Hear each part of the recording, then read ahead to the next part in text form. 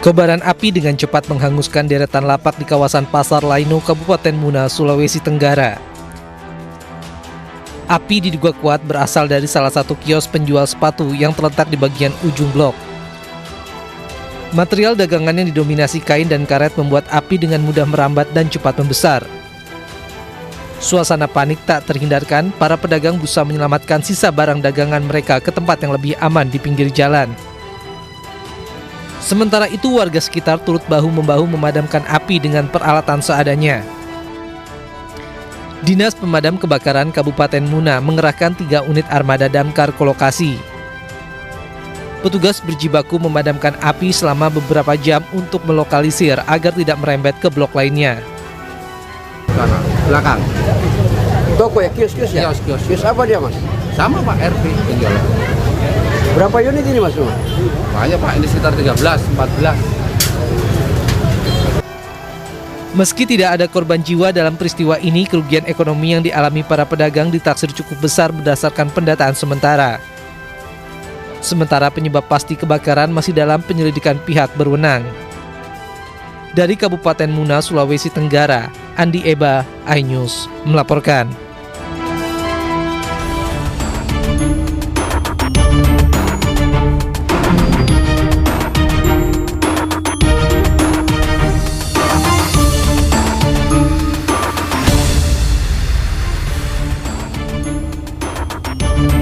Kasus dugaan penganiayaan di tempat penitipan anak daycare di Umbul Harjo, Yogyakarta, pemirsa, sangat memprihatinkan. 53 anak menjadi korban kekerasan dari pengasuh daycare.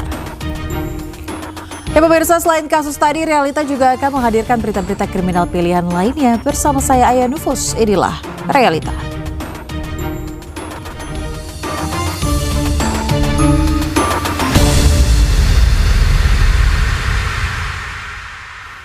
Kita ke informasi pertama pemirsa, geger sebuah angkot terbakar di Jalan Kiai Haji Mas Mansur, Tanah Abang, Jakarta Pusat. Angkot ternyata dibakar oleh sopir angkot lain hanya karena rebutan tempat menunggu penumpang. Info deket stasiun karet, di dekat kantor kecamatannya ada angkot. Sebuah angkot terbakar di depan kantor kecamatan Tanah Abang, Jalan Kiai Haji Mas Mansur, Jakarta Pusat. Kobaran api membesar dengan cepat dan menghanguskan seluruh badan angkot. Kebakaran terjadi saat angkot tengah menunggu penumpang di bahu jalan. Polisi melakukan olah TKP dan memeriksa sejumlah saksi untuk mengetahui penyebab kebakaran. Dari hasil pemeriksaan, ternyata angkot ini dibakar oleh sopir sesama angkot karena rebutan tempat menunggu penumpang. Akibat kejadian ini, korban sopir angkot mengalami luka bakar, sementara pelaku melarikan diri. Adanya insiden cekcok antar supir angkot yang membuat salah satu dari supir angkot yang melakukan pelaku pembakaran mencoba menyakiti salah satu supir angkot lainnya dengan cara menyiramkan bensin kemudian dibakar. Untuk korban sendiri mengalami luka bakar di bagian lengan bagian kiri dan kaki di bagian kiri. Dari catatan kepolisian, sopir angkot pelaku berinisial P juga pernah tersangkut masalah hukum karena kasus penganiayaan. Pelaku hingga kini masih diburu petugas. Dari Jakarta Pusat, Lani Sanjaya, iNews melaporkan. Usai isi BBM jenis Pertamax, pemirsa, sebuah motor ludes terbakar di SPBU di Kembangan, Jakarta Barat.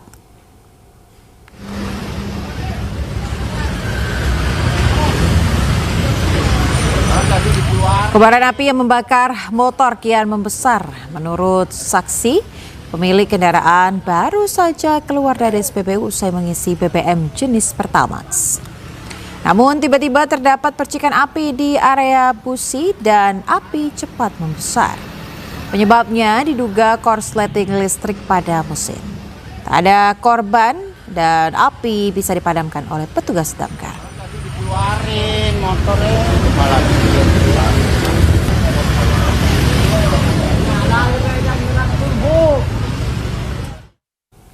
Terjadi lagi pemirsa, akibat hindari jalan berlubang, seorang pengendara motor tewas di Dan Mogot, Kalideres, Jakarta Barat.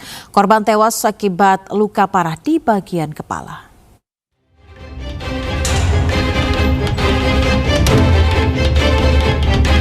Pengguna jalan di kawasan Dan Mogot sempat terhambat karena adanya kecelakaan tunggal. Diduga menghindari lubang, pemotor hilang kendali kemudian terjatuh. Ini jatuh sendiri, Bang. Nginjak apa? Melintas lubang atau seperti apa? Hindari lubang kali ya. Hah? Hindari lubang kali. Lubang ya?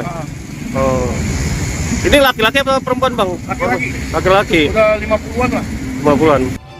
Petugas kepolisian yang datang langsung olah TKP dan mengidentifikasi jenazah korban. Korban diketahui bernama Sumarno, berusia 74 tahun, warga Jatinegara, Jakarta Timur. Guna kepentingan otopsi, jenazah dievakuasi ke Rumah Sakit Umum Daerah Tangerang, Banten.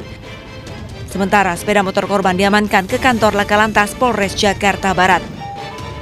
Dari Jakarta, Abdul Ghani, iNews melaporkan. 20 orang muda-mudi pemirsa digerebek petugas gabungan usai menenggak miras dari dalam ruko di Asahan, Sumatera Utara. Petugas juga menemukan alat hisap sabu dari dalam ruko.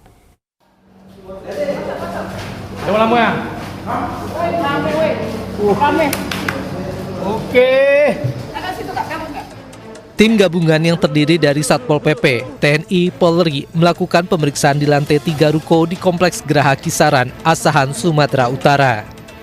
Dari dalam ruangan, petugas menemukan sejumlah muda-mudi diduga usai menenggak minuman keras. Satu persatu pengunjung dilakukan pemeriksaan identitas oleh petugas dan melakukan pemeriksaan di setiap ruangan. Saat dilakukan pemeriksaan, petugas juga menemukan alat hisap sabu berupa bong. Razia dilakukan petugas untuk mencegah penyakit masyarakat dan memberikan rasa aman di tengah pemukiman masyarakat. Selain tempat hiburan malam, petugas juga memeriksa rumah indekos dan penginapan. Ada tempat hiburan yang selama ini tidak terdeteksi. Kita memperoleh informasi bahwa tempat itu dilakukan untuk tempat minum, tetapi itu bukan merupakan tempat hiburan ya, kita disatukan. Karena yang kita dapati adalah beberapa orang yang di situ yang notabene-nya adalah membawa minuman dari luar. Selanjutnya, pengawas ruko dan sejumlah muda-mudi yang terjaring razia dibawa ke kantor Satpol PP untuk dilakukan pendataan.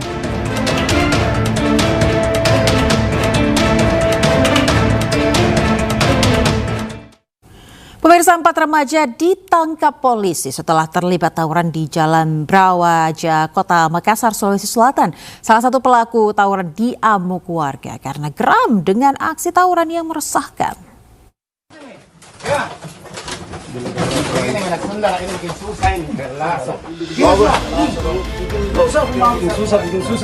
Salah satu pelaku tawuran tertangkap warga saat bersembunyi di salah satu rumah warga di Jalan Brawaja, Kota Makassar, Sulawesi Selatan. Warga yang geram kemudian menghajar pelaku sebelum dibawa petugas kepolisian. Berdasarkan keterangan awal, tawuran dipicu dari komunikasi melalui media sosial. Kedua kelompok remaja sepakat bertemu lalu saling serang di Jalan Brawaja. Ada 4 remaja pelaku tawuran yang berhasil ditangkap dan dibawa ke Polsek Talo untuk menjalani pemeriksaan lebih lanjut. Kami dari Polsek Talo menerima informasi dari warga masyarakat di Jalan Brawaja 2 terkait adanya perkelahian antar remaja di antara Brawaja 1 dengan Brawaja 2. Tim opsional kemudian bersama tim patroli dari Polsek Talo kemudian mendatangi TKP dan mengamankan 4 orang remaja. Polisi masih mendalami peran masing-masing pelaku dan memburu remaja lain yang terlibat dalam aksi tawuran tersebut. Dari Makassar, Sulawesi Selatan, Muhammad Nurbone, iNews melaporkan. Pemirsa, seorang pria Parubaya yang tinggal seorang diri ditemukan tewas di dalam rumahnya di Kabupaten Jombang, Jawa Timur. Ironisnya, saat ditemukan kondisi korban sudah menghitam dan membusuk. Warga Desa Sengon, Kabupaten Jombang, Jawa Timur digemparkan dengan tewasnya pria 50 tahun di dalam rumahnya. Tubuh jasad menghitam dan membusuk, diduga korban telah tewas 1 pekan. Tewasnya korban baru diketahui setelah ada kerabat korban yang datang karena sudah seminggu korban tidak terlihat. Belum diketahui pasti penyebab tewasnya korban, sebab sehari-hari pria yang bekerja sebagai penarik beca itu hanya tinggal seorang diri di rumahnya. Ada salah satu saudaranya yang bertempat tinggal di Sengon tapi lain dukuhan. Ke sini karena memang udah lama orang ini korban ini nggak nampak. Dan akhirnya memberanikan diri untuk dobrak pintu dan akhirnya ketahuan bahwa si korban yang bernama Bambang ini sudah meninggal, keadaannya di dalam kamar. Untuk memastikan penyebab kematiannya, jasad korban dievakuasi ke RSUD Jombang untuk diotopsi.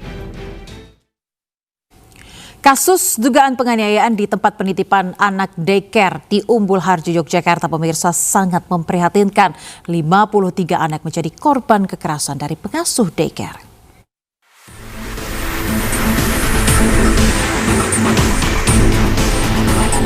Kasus dugaan kekerasan terhadap anak di daycare Little Aresha di Umbul Harjo, Yogyakarta menyita perhatian publik.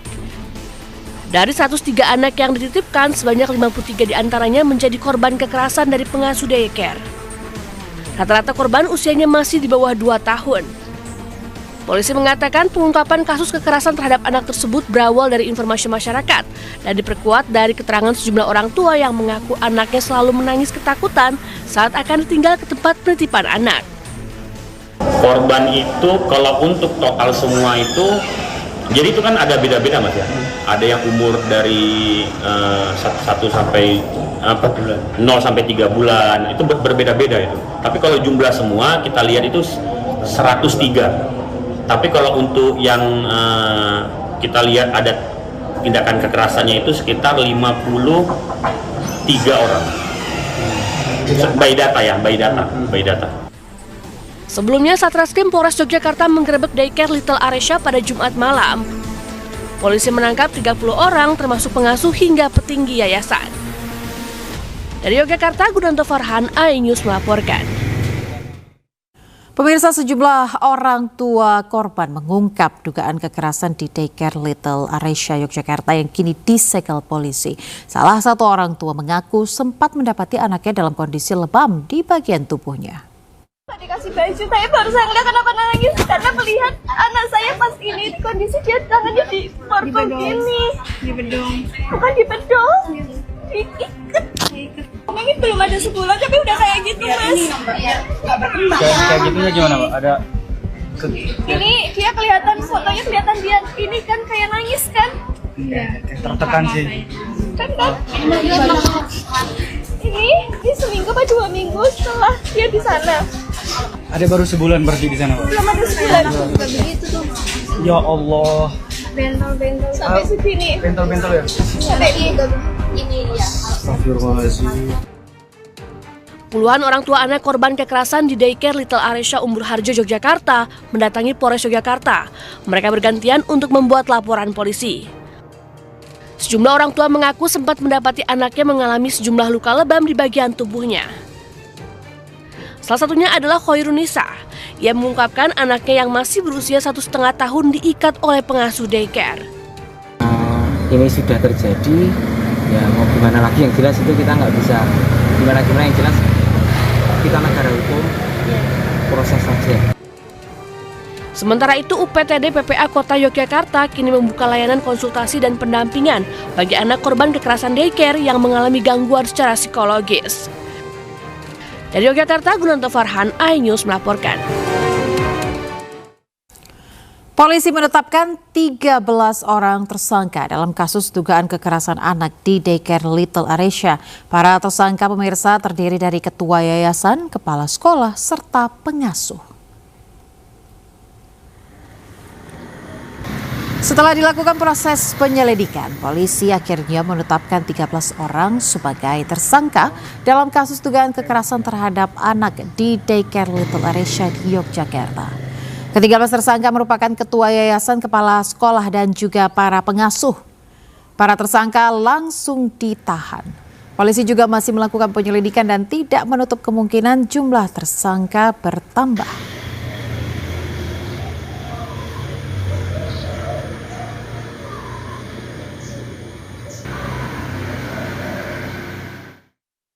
Ya, daycare yang diduga melakukan penganiayaan terhadap anak ternyata tidak memiliki izin. Untuk mengantisipasi kejadian serupa, pemirsa, pemerintah Kota Yogyakarta akan melakukan sweeping ke seluruh rumah penitipan anak. Seperti yang kemarin terjadi itu kan tidak ada izin, belum ada, hanya ada yayasannya tapi tidak ada izin. Izin sebagai TPA, izin sebagai PAUD atau TK itu tidak ada izin. Pak Wali, mungkin akan ada pembakuan ataupun standar regulasi Pak untuk penitipan anak ke depan ini Pak? Sebetulnya sudah ada SOP-nya, ada protapnya. Ketika dia itu mengikuti perizinan, melakukan perizinan, maka biasanya kita melakukan verifikasi, visitasi, kemudian kita cek standarnya, ya termasuk dapur. Seorang wanita terekam kamera pengawas mencuri ponsel ibu rumah tangga di sebuah mal di Kota Bekasi, Jawa Barat. Informasi selengkapnya sesaat lagi, tetaplah di Realita.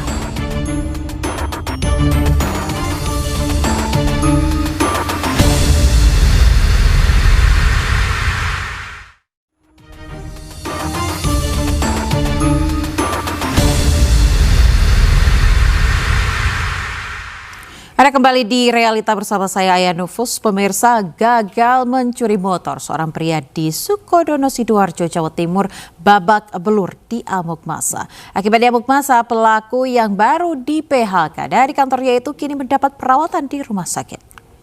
Kilo maling sepeda ya.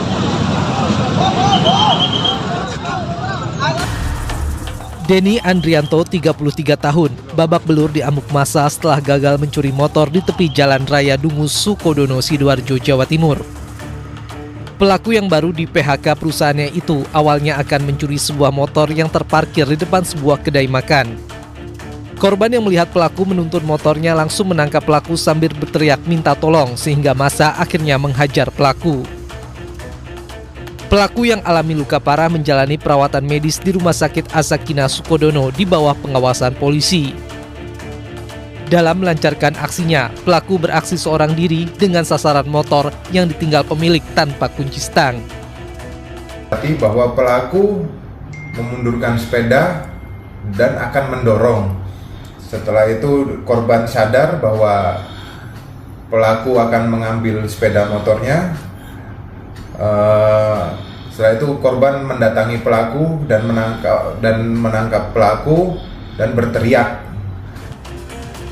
Untuk kepentingan proses pemeriksaan lebih lanjut, saat ini motor yang gagal dicuri pelaku diamankan di Polsek Sukodono, Sidoarjo. Dari Sidoarjo, Jawa Timur, Pramono Putra, iNews melaporkan. Seorang wanita terekam kamera pengawas terlihat mahir mencuri ponsel ibu rumah tangga di sebuah pusat perbelanjaan di Kota Bekasi, Jawa Barat.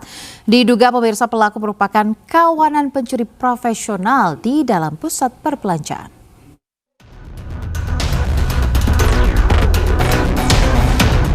Kamera pengawas merekam detik-detik pencurian ponsel milik seorang ibu rumah tangga di toko pakaian sebuah mal di wilayah Bekasi Selatan, Kota Bekasi, Jawa Barat. Pelaku seorang wanita berkerudung terus mengikuti korban yang sedang memilih pakaian. Pada aksi pertama, pelaku yang beraksi dengan menutupi tangannya dengan pakaian sempat gagal. Namun di aksi keduanya, pelaku berhasil menggasak ponsel korban yang tersimpan di tas. Korban baru menyadari ponselnya hilang saat hendak membayar pakaian yang dibelinya. Akibat kejadian itu, korban alami kerugian hingga belasan juta rupiah. Dia seperti berkelompok karena kayaknya agak lumayan profesional karena dia pakai trik gitu dengan bawa baju. Ya, sepertinya itu posisinya sih dia ngambilnya dia bawa baju kemeja gitu, terus deketin tas saya, terus dia coba ambil beberapa kali nggak berhasil, yang kayaknya yang ketiga kali kayak berhasil, terus temennya mepet ke saya, terus dia ngambil handphonenya. Sebelumnya, adik korban juga mengalami hal serupa saat berbelanja di mal tersebut. Diduga para pelaku merupakan kawanan pencuri profesional di dalam mal dengan sasaran para wanita. Sementara itu, berbekal rekaman CCTV, korban akan melaporkan pencurian ke pihak kepolisian Polres Metro Bekasi Kota.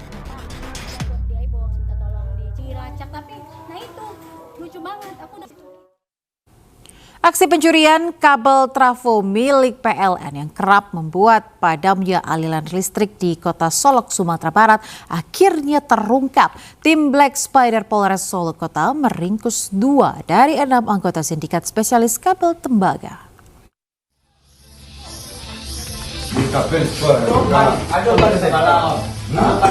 Tim Black Spider Satreskrim Polres Solo Kota meringkus 2 pelaku pencurian kabel trafo gardu distribusi milik PT PLN. Pelaku pertama berinisial RBK dibekuk di rumah kontrakannya di kawasan Ampang Kualo.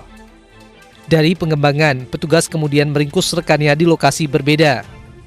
Dalam menjalankan aksinya, sindikat ini tergolong nekat dan mahir. Mereka memutus aliran listrik menggunakan alat rakitan sebelum memotong kabel tembaga dengan gunting besi besar pada malam hari. Tidak hanya di Kelurahan Nanbalimo, pelaku juga beraksi di kawasan Taman Bidadari hingga wilayah Singkarak. Pelaku menjual tembaga ke pengepul dan uangnya dihabiskan untuk membeli sabu dan mengisi saldo judi online. Kita telah mengamankan 1 orang pelaku pencuri kabel di kediamannya, yang mana pelaku kita amankan saat akan menggunakan sabu, yang mana uang tersebut digunakan untuk membeli sabu, dan beberapa hari kemudian kita lakukan pengembangan dan kita berhasil mengamankan 1 orang tersangka lagi. Kedua pelaku dijerat pasal 477 KUHP tentang pencurian dengan pemberatan terhadap fasilitas umum. Sementara itu, 4 rekan pelaku lainnya yang sudah dikantongi identitasnya masih dalam pengejaran petugas. Jelang Hari Idul Adha, pemirsa, pencurian hewan ternak kian marak. Polisi mengadang mobil pencuri sapi setelah mendapat laporan warga yang kehilangan seekor sapi. Polisi mengadang mobil pickup yang dikendarai pencuri hewan ternak di Jalan Desa kawasan Bangkalan Selatan, Jawa Timur. Polisi menyita senjata tajam dari tangan salah satu pelaku, serta diamankan seekor sapi curian. Penangkapan diawali laporan warga yang kehilangan seekor sapi 2 hari sebelumnya.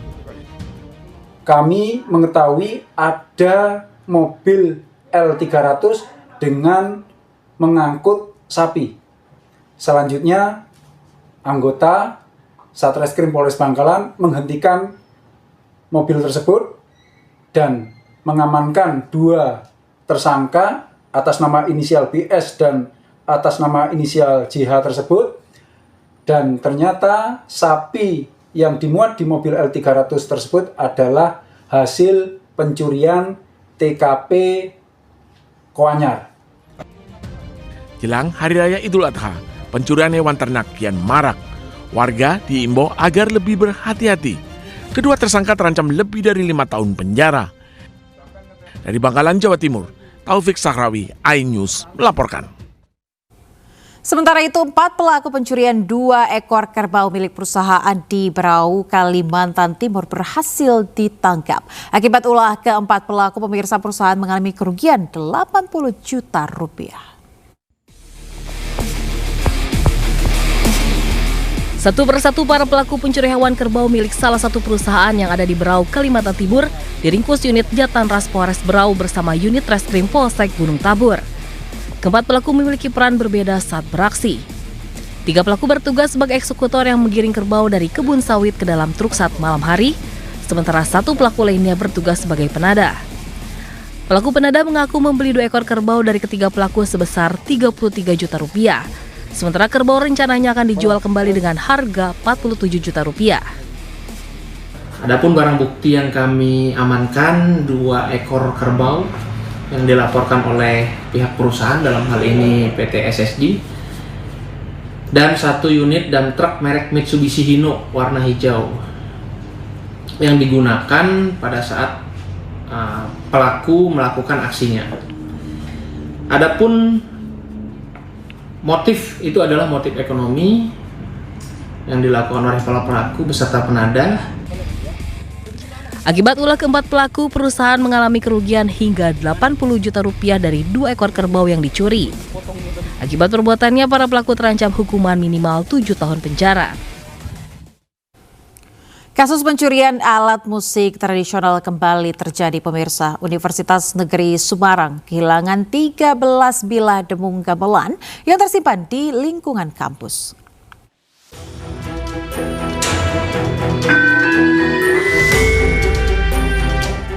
Seperangkat gamelan milik Universitas Negeri Semarang dilaporkan hilang.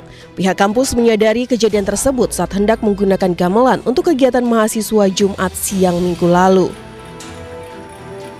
Rekaman CCTV di sekitar kampus memperlihatkan orang tak dikenal masuk ke area kampus.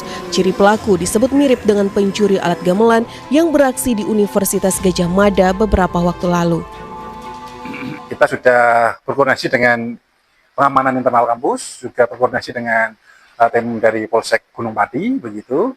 Nah, sudah dilakukan olah TKP dan pelacakan CCTV, dan kami sudah mengantongi ya atau melihat terduga pelaku yang kalau kita lihat itu hampir sama ya, diidentifikasi sama dengan yang mengambil di Jogja, di Jogja dan Solo, karena ada laporan dari isi Solo, dari isi Jogja, dari UGM, UNJ juga kehilangan alat-alat musik tradisi lagi. Kerugian akibat pencurian ini ditaksir mencapai puluhan juta rupiah. Kasus ini kini ditangani pihak kepolisian.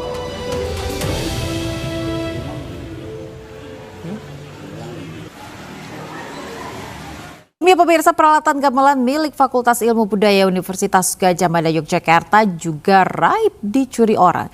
Pelaku pencurian terekam kamera pengawas dan kini masih diburu polisi.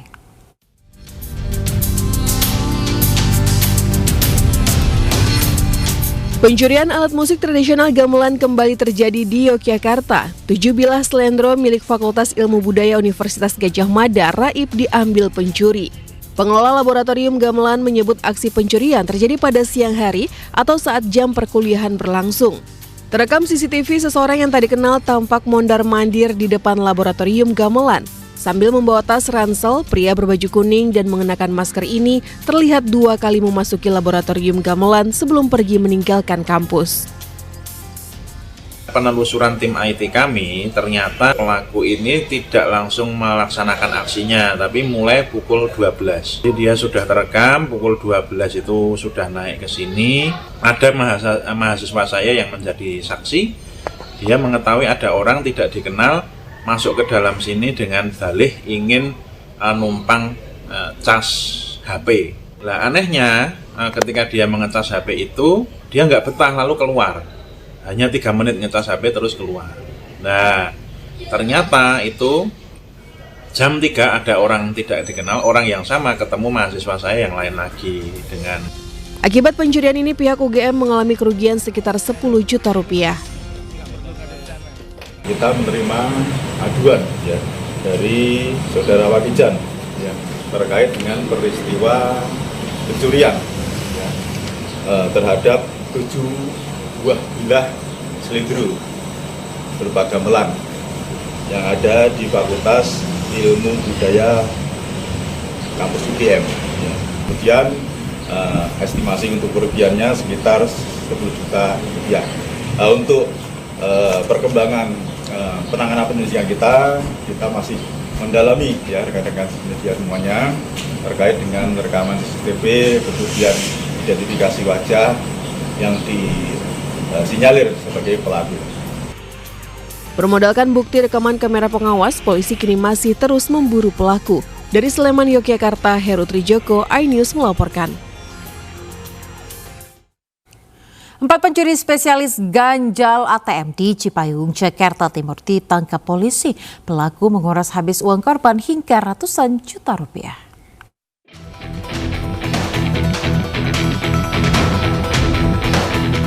Komplotan pencurian modus ganjal ATM beraksi di sebuah gerai ATM minimarket di kawasan Cipayung, Jakarta Timur.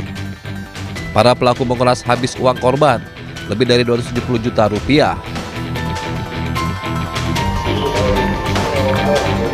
Berbekal rekaman kamera pengawas, polisi berhasil menangkap keempat pelaku di tempat persembunyian di wilayah Bekasi, Jawa Barat. Sudah itu kamu keluar, kamu datang. Petugas juga menyita sejumlah barang bukti, diantaranya kartu ATM, pakaian, gergaji besi, dan tusuk gigi yang digunakan untuk mengganjal mesin ATM. sebanyak 7 kali. Dana korban yang terdapat pada rekeningnya itu terkuras habis. Jadi dalam kejadian ini dana korban yang hilang tanpa sepengetahuannya itu sebesar 274 juta rupiah. Dalam kejadian ini kami telah melakukan penangkapan terhadap 4 orang pelaku. Saat ini, para pelaku telah ditahan di rutan Polres Metro Jakarta Timur dengan ancaman 7 tahun penjara. Dari Jakarta, Rizky Falufi, iNews melaporkan. Pasangan lansia di Lumajang, Jawa Timur tertipu puluhan juta rupiah oleh petugas Kementerian Haji dan Umroh Gadungan. Realita akan segera kembali sesaat lagi, tetaplah bersama kami.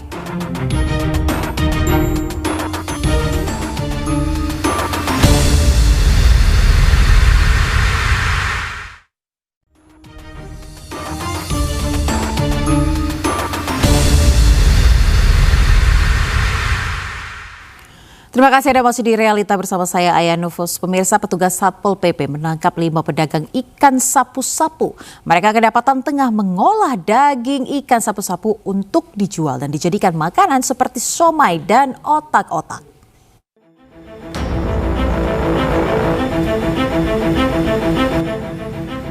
Saat Pemprov DKI Jakarta tengah gencar menggalakkan program pembersihan ikan sapu-sapu dari aliran kali dan saluran air, 5 pria ini justru melakukan hal yang justru bertentangan. Kelimanya terciduk petugas Satpol PP ketika tengah menyiangi puluhan kilogram ikan sapu-sapu di bantaran anak kali Ciliwung, Pasar Baru, Jakarta Pusat. Salah satu pencari ikan mengaku sudah 3 kali menangkap ikan sapu-sapu di aliran kali tersebut dengan tangkapan hingga 100 kg per harinya. Daging dan telur ikan sapu-sapu yang telah dipisahkan akan dijual kepada seorang pengepul di Cikarang, Jawa Barat seharga Rp15.000 per kilogram untuk dijadikan olahan makanan seperti siomay dan otak-otak. Punya itu mau dijual kemana Bang rencananya Bang? Cikarang. Cikarang? Iya. Itu udah ada yang ngepulnya atau gimana Bang? Ada. Udah ada nggak Bang? Jadi Abang tinggal nyari doang? Iya. Bisa berapa banyak Bang? Tergantung Pak, kadang ada 30, 40. Anggota merasa aneh terhadap keberadaan 5 orang yang ada di Kali Ciliwung, tepatnya di depan Sekolah Santa Ursula. Anggota kami mendatangi dan melihat ternyata mereka sedang melakukan penyiangan, pembersihan terhadap hasil tangkapan mereka berupa ikan sapu-sapu. Nah, setelah kami perhatikan ternyata bangkai daripada ikan sapu-sapu itu kulitnya dibuang kembali ke sungai. Dari lokasi petugas mendapati sekitar 100 kg ikan sapu-sapu. Pemprov Jakarta saat ini tengah gencar memberantas ikan sapu-sapu di sejumlah sungai. Selain merusak ekosistem air dan tanggul, ikan sapu-sapu mengandung logam yang cukup tinggi sehingga berbahaya jika dikonsumsi. Dari Jakarta, Rani Sanjaya, iNews melaporkan. Pemirsa, waspadalah jika ada seseorang yang menawarkan berangkat haji lebih cepat dengan membayar sejumlah uang. Pasangan lansia di Lumajang, Jawa Timur tertipu puluhan juta rupiah oleh petugas Kementerian Haji dan Umroh Gadungan.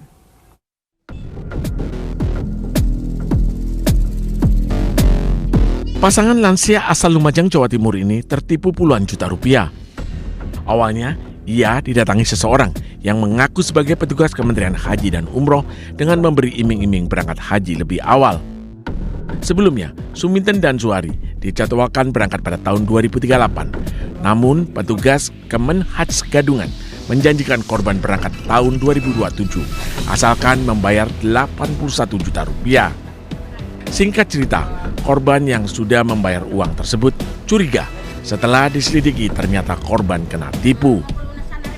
Saya dapat informasi bahwa warga saya ini ada indikasi tertipu, maka saya datangi rumah beliau dan saya tanyakan apakah beliau ini punya inisiatif untuk melaporkan.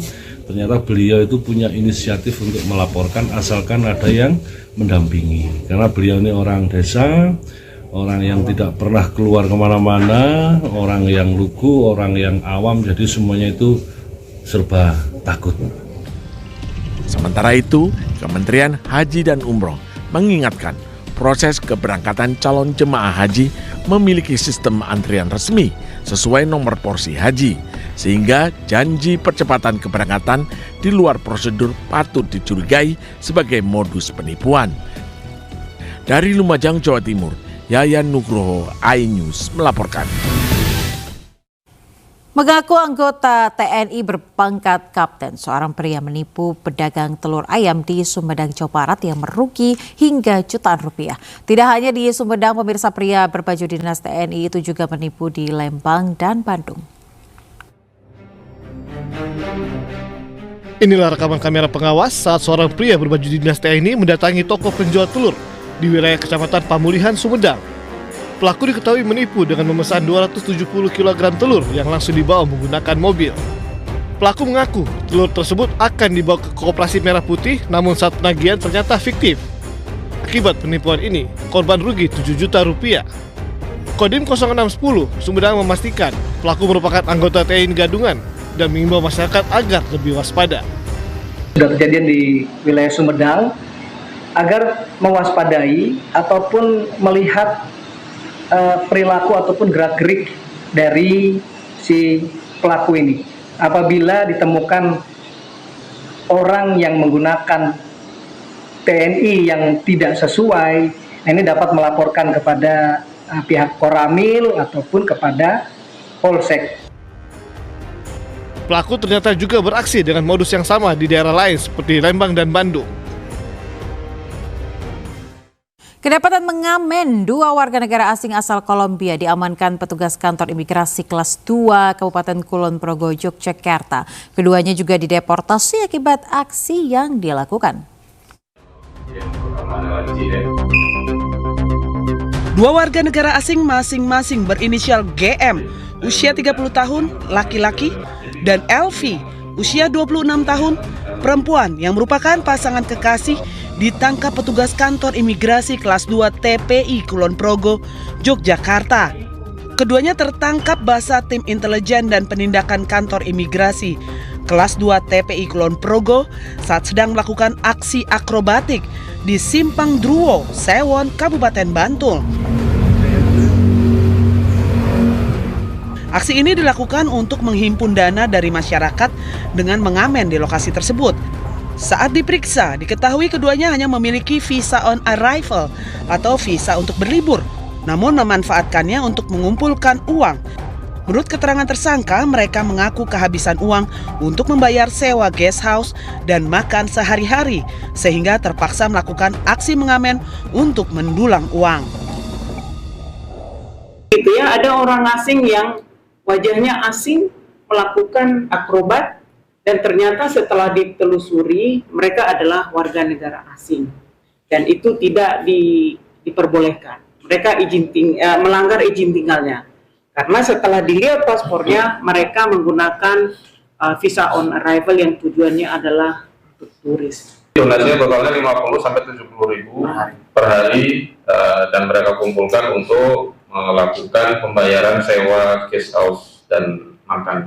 Pak, ini kan dari Kolombia, kemudian sampai masuk Indonesia. Itu tujuan sesungguhnya mereka itu mana? Menurut pengakuan mereka, mereka itu berlibur ya, mau wisata, tapi mereka modelnya backpacker. Jadi mencari transportasi modal tempat yang paling murah. Betul. Kalau status keduanya? Tentu saja keduanya melanggar undang-undang keimigrasian sehingga akan dikenakan sanksi pidana. Keduanya pun ditahan sementara di ruang detensi kantor imigrasi kelas 2 TPI Kulon Progo dan selanjutnya akan dideportasi ke negara asalnya.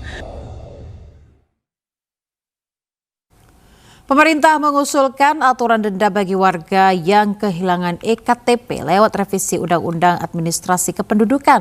Namun di tengah wacana ini pemirsa, kritik muncul karena layanan pengurusan KTP dinilai masih berbelit dan menyulitkan masyarakat. Pemerintah melalui Kementerian Dalam Negeri mengajukan revisi Undang-Undang Administrasi Kependudukan. Salah satu poin yang menjadi sorotan adalah rencana penerapan denda bagi masyarakat yang kehilangan KTP elektronik atau iktp.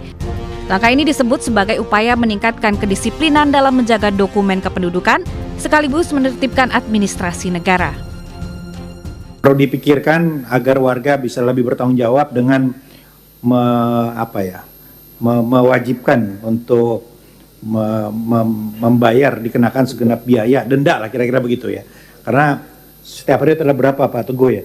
Laporan kehilangan puluhan ribu. Triliun buat bikin eKTP, ada chipnya, ada biometriknya, tapi fungsinya apa sampai hari ini? Di fotokopi. Di tengah wacana itu, kritik pun datang dari DPR. Anggota Komisi 2 Deddy Sitorus menilai masalah utama justru bukan pada ada atau tidaknya denda, melainkan pada sistem birokrasi yang saat ini masih dinilai rumit. Menurutnya, meski iktp sudah menggunakan teknologi chip, dalam prakteknya masyarakat masih harus melengkapi berbagai dokumen tambahan yang seringkali memakan waktu dan juga biaya. Juga tadi rumitnya, kita punya KTP udah pakai chip, apa-apa urusan harus pakai fotokopi lagi. Ditanya lagi kakak, ditanya lagi surat lahir, ditanya lagi kalau kami ini surat baptis. Sementara itu, bagi masyarakat yang akan mengurus iktp hilang atau rusak memang harus menyiapkan sejumlah dokumen. Untuk KTP hilang, warga wajib membawa surat keterangan kehilangan dari kepolisian, kartu keluarga, serta mengisi formulir permohonan di Dinas Kependudukan dan Pencatatan Sipil. Sedangkan untuk KTP rusak, cukup membawa KTP lama yang sudah rusak dan juga kartu keluarga sebagai data pendukung. Dengan adanya perdebatan ini menunjukkan bahwa perbaikan layanan publik ternyata masih menjadi pekerjaan besar di negeri ini. Tim Liputan iNews melaporkan. Pemirsa, di Ditres Narkoba Polda Metro Jaya yang menangkap seorang pengedar narkoba jenis sabu di Jalan Daan Mogot, Petamburan, Jakarta Barat. Dalam penangkapan ini, polisi berhasil menyita 188,91 gram paket sabu siap edar. Pegang dulu. Bapak bawa apa kamu? Turun dulu. Sandarin. Pengedar narkoba jenis sabu berinisial MS ditangkap di kawasan Jalan Daan Mogot, Grogol, Petamburan, Jakarta Barat. Dalam operasi tangkap tangan yang dilakukan tim Opsnal Unit 1 Subdit 3 Ditres Narkoba Polda Metro Jaya ini membuat pelaku tak berkutik di hadapan petugas. Penangkapan dilakukan setelah petugas mendapat laporan dari masyarakat dan memantau gerak-gerik pelaku. Setelah diselidiki, pelaku yang kedapatan ingin melakukan transaksi langsung ditangkap.